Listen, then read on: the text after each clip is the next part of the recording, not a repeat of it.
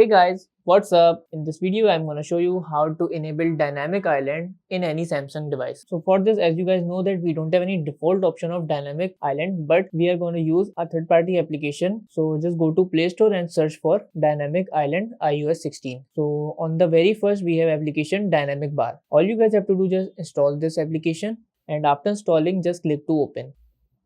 Okay, as it is a free application, so this application contains some ads. Now select any style, like I'm selecting this one, and then enable this. So all we have guys, these permissions, so just enable these permissions like this. Go back again. Now enable this one, allow the permission, and then click battery optimization and allow it. So now go back guys, and we have, so as you guys see, we can set size and width also from this section like this. Okay, now tap here and then see all the permissions that enable or not. As you see, these all the permissions are enabled. Now that's it. So let's check. Right now I am plugging in the charger here and see which type of dynamic island is this.